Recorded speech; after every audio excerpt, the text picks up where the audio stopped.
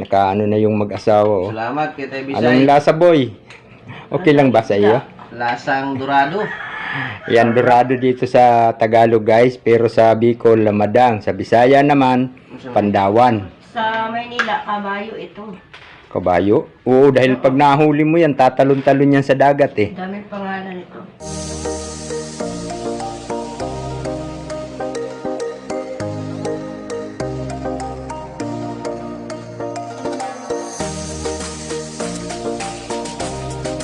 Morning guys, biga-biga lang shout out sa inyong lahat. Medyo malabo ang ating camera. Good morning, good morning. Gagawa tayo ng isang magandang ngayong umaga. Ba't ganun? Ba't malabo ang camera ko? Nag-against the light. Ayan guys, at tayo ay may gagawin. Nandito tayo ngayon sa kusina at may mga biniling dito si JP Alibio. At sabi niya, lutuin ko raw. Naisipan ko namang i-video at mamaya papakita ko sa inyo ang aking mga gagawing recipe di pataranta, sinabawang isda na hindi alam kung ano ang magiging, ba't ang labo ng salamin ko against the light. Ayan guys, let's go. Luminaw din. At ito guys, mayroong biniling isda dito si JP Alibio. Ano to? Murado. Ayan o. At kanyang pinasasabawan. Lalagyan ng ang tawag dito, talbos ng kamote. So alam na this. At ito na may paborito kong lutuin talaga dahil palagi ko itong hinuhuli pag ako'y napunta sa laot. Palagi akong nakakahuli ng isdang ito guys. Kung tawagan ito sa Bisaya ay pandawan. At dito naman sa Bicol, karamihang naririnig ko nito ay lamadang. Malapad kasi ang ulo nito guys, at pag nahuli mo ito ay talon ito ng talon. Hanggat hindi siya napapagod, tatalon at tatalon yan. At itong ating mga sangkap with luya, may sili, may kamatis, ayan o. At siyempre andito na, hindi ako naglalagay ng bawang sa sinabawan guys, kaya itsapira ko yung bawang. Sibuyas lang, kamatis, ayan. At siyempre mamaya bago hanguin, lalagyan natin ng kalamansi. At ang isasahog natin guys na gulay ay ito, nakapanguhan na ako, talbos ng kamote. At ito ay pampadagdag sa mga taong anemic. Pampadagdag sa dugo ng mga taong anemic. Ayan. At hugasan ko muna ito guys. At siyempre saka ko sasabawan. At medyo maaga-aga pa naman, kaya ano to, kung tawagin ito ay pinagsama ang almusal at tanghalian, pinagsasabay na lang. Diba mayroong kantang ganun guys? Sardinas na maanghang, inutang lang sa tindahan. Mainit na pandesal, sa kape sinasawsaw. Presyo ng bilihin, sadyang mahal ngayon. Kaya ulam sa tanghalian ay inihaw na talong. Yun, ganun ang kanta noon guys. At siyempre, kukuha tayo ng lalagyan nitong ating hinugasang isda. At yan. Ang masarap nito guys dahil sariwa pa. Nakapalag si JP Alibio ng sariwang isda. Ayan. Ito nga lang ay madugo din, pareha ng tulingan. Yung ang tawag dito, barilis or blue pin, yellow pin. Yan, mga madugo yan pag kinatay, pag hiniwa. Kaya ito,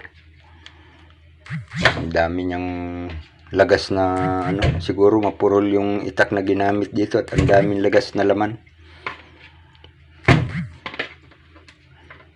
Parang gusto ko pang pirapirasin, ang lalaki ng hiwa.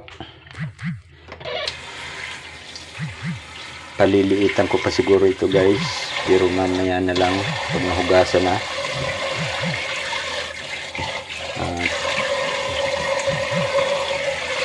Kikita ko sa inyo mamaya ang pagluluto.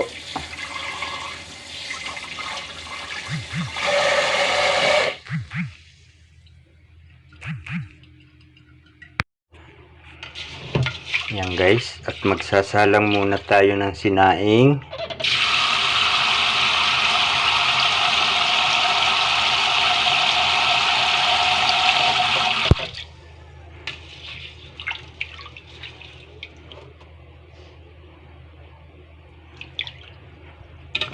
So, ito, pag naisalang natin, hahayaan lang. Hindi na siya kailangang bantayan dahil rice cooker naman eh. Kaya, ganyan lang yan. Tapos, ating isaksak ito. Yan. At, yun. Takluban. Wala nang problema yan. So, dito naman tayo sa aking ilulutong ulam. Siyempre, maggagayat muna tayo ng mga sangkap. Tapos, magpapakulo ng tubig. At pag kumulo ang tubig, saka ilalagay ang isda. Ganun ako kung magluto ng sinabawan, guys. Pinakukulo ko muna ang tubig bago ko nilalagyan ng isda. Alright? Ayun guys, at maghihiwa muna tayo ng ating mga sangkap. Sibuyas.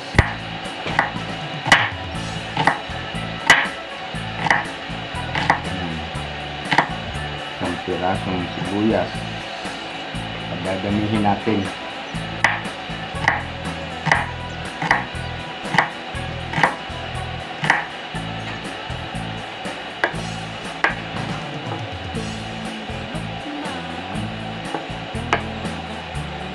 Siyempre kamatis.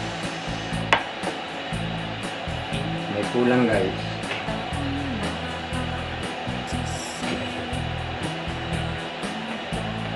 Iipunin natin ang buto nito guys, kasi ipupunla ko to. Gagawa ko dito ng tomato planting. Tama ba? Iniipon ko yung buto guys at ibibilad ko, tapos aking itatanim. Nung nasa farm pa ako ni Lechuber, ganito ang ginagawa ko pag magtatanim ako ng kamatis. Bumibili lang ako ng mga ilang piraso, marami na ang buto nun. Nasa 300 na puno. Yun nga lang, pag nag-harvest tayo, mura ang bili nila, pero pag tayo ang bumili, ang mahal. Ganun ang buhay ng Pilipino guys. Pag tayo ang magbenta, dahil tayo ang nagtanim, mura. Pero pag tayo ang bibili, kamahal. Sarap sanang mahalin kung totoong pagmamahal. Kaso masakit sa bulsang pagmamahal guys eh.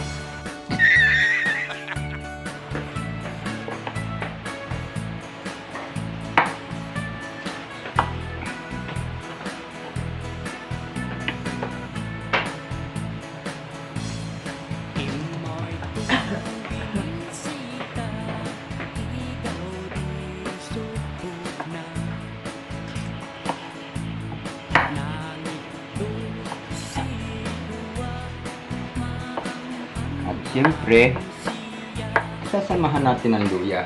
Nasaan nga pala yung luya? Wala.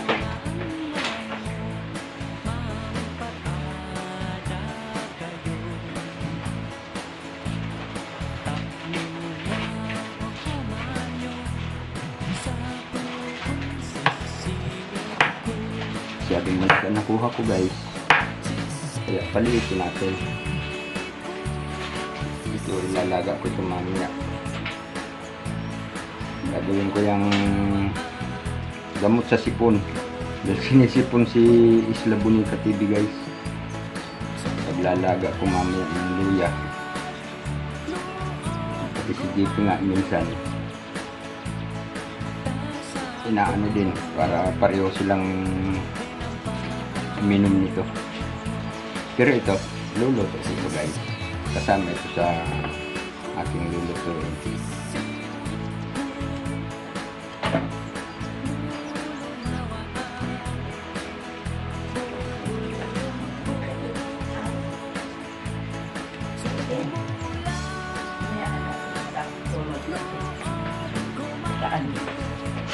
Binili ko pa naman yun.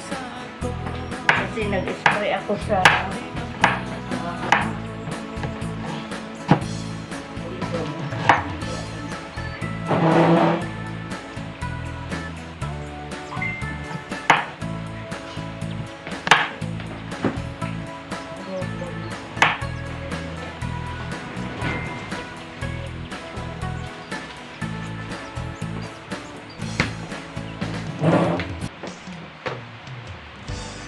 So ito na guys, at na-ready na natin. Ayan. Yung ating mga sangkap na kamatis, sibuyas, luya, at ito meron tayong talbos ng kamote, at ito naman yung isdang murado. Ayan. At kung sa Bicol, lamadang. Okay, shout out sa inyong mga taga Bicol. Mega love shout out sa inyong lahat, at shout out nga pala dyan kay Ma'am Nance, Ann Ramirez Hiner, Maya Vlog. May salamat May sa padala mo. Thank you. At salamat din sa biyaya kay Ma'am Nance or Nancy Chin. Maraming salamat, at kay Ann Ramirez Hiner, at sa lahat ng mga nakasuporta, maraming salamat. Siyempre magluluto muna tayo guys. Preparado na yan, at magsasalang na lang ako ng tubig na pakukuluin. Pero lalagyan ko na ito ng asin guys. Asin. Pero yun lang. Sasama ko ng sibuyas, kamatis. At hindi ako naglalagay ng bawang pag sinabawan guys. Dahil hindi naman pabanguhan ng ang importante masarap lang ang ating recipe di pataranta. Alright. Ayan guys, at napagsalang na tayo ng tubig. Pakukuluin natin yan guys. At ayan, malapoy na siya. So, atin na itong ilalagay. Lalagay na natin ang ating mga sangkap. Yan ang pamamaraan ko guys pag nagluluto ako ng sinabawang isda. Kung tawagin ito dito sa Bicol guys ay kusido. Mga naalala ko pa rin kahit hindi na tayo masyadong sa Bicol, pero marami pang mga salitang Bicol ang alam nating intindihin.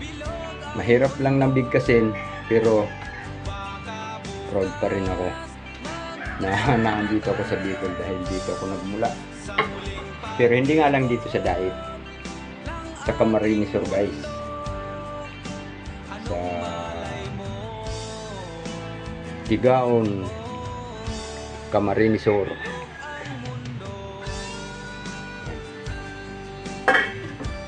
So ayan guys, at kumulo na yung ating pinakukulong tubig, at ayan, wow, oh my god, diba ang bango. At mamayang konti atin ang ilalagay itong ating gulay. Ay hindi, isda muna guys. Bago ang isda, gulay. At ayun guys, oh, mayroong nagla-live doon ng ingay. Kita ko. Ang galing mo. Meron pala tayong ilalagay pa guys. Ito, kalamansi. At shout out dyan kay JP. Siya ang nag-request nito guys. At naisipan ko namang i-vlog guys. Kahit tinatamad ako. Yun nga kasi natatamad ako lalo na't may ganito. Parang nadidemoralize ako sa mga pasunod-sunod ng aking ginagawa. Pero okay lang. At least kahit pa paano nakakapag-upload din. Pero sana andyan pa rin kayo. So abangan nyo guys at ilalagay ko muna tong isda dahil ang hirap maglagay guys na may hawak ako eh. So itatambog ko muna. Binisaya na tuloy. Gani! Gani! So yun guys at luto na. Ako, Jipoy. Ayan.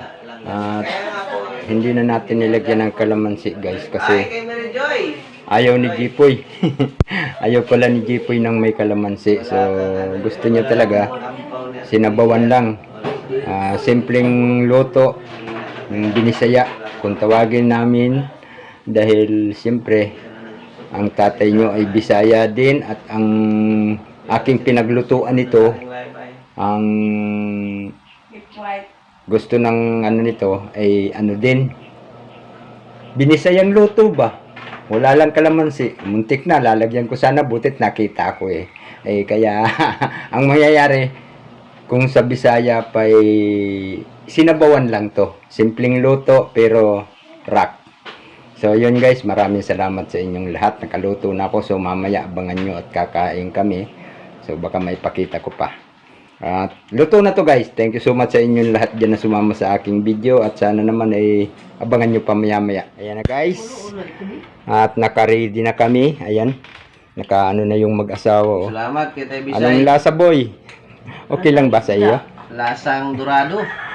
Ayan, dorado dito sa Tagalog guys. Pero sa Bicol, lamadang. Sa Bisaya naman, pandawan. Sa Maynila, kabayo ito. Kabayo? Oo, dahil pag nahuli mo yan, tatalon-talon yan sa dagat Dami pangalan ito. Ang dami namang pangalan ng isda na Andali yan na. guys. Pero masarap yan pag sinabawan. Lalo na paglutong kung saan ay binisaya lang. Yun ang gustong-gusto ng JP Alivio Vlog. Ito talaga. Yun. At kakain muna ako guys. Huwag nyo nang hanapin kung saan ako kakain ha. So yun guys, at tapos na kaming kumain. At ayan, nagpakain din ako sa aso. Tapos na sila. Itong isa nag-iingay dahil umakyat yung inahin doon sa pugaran. Gusto nilang kagatin. Ayun guys, thank you so much sa inyong lahat. At eto, tapos na tayo ng tanghalian. Kaya yun, malinis na. Alright guys, thank you so much sa inyong lahat. Sa lahat-lahat. At meron pa tayo dito hindi na ayos. Mamaya magliligpit pa tayo guys. So thank you so much sa inyong lahat dyan na nakarating na naman sa dulo ng ating video. Nag-love shout out sa inyong lahat. God bless us. Bye bye. May natira pa guys. Another one.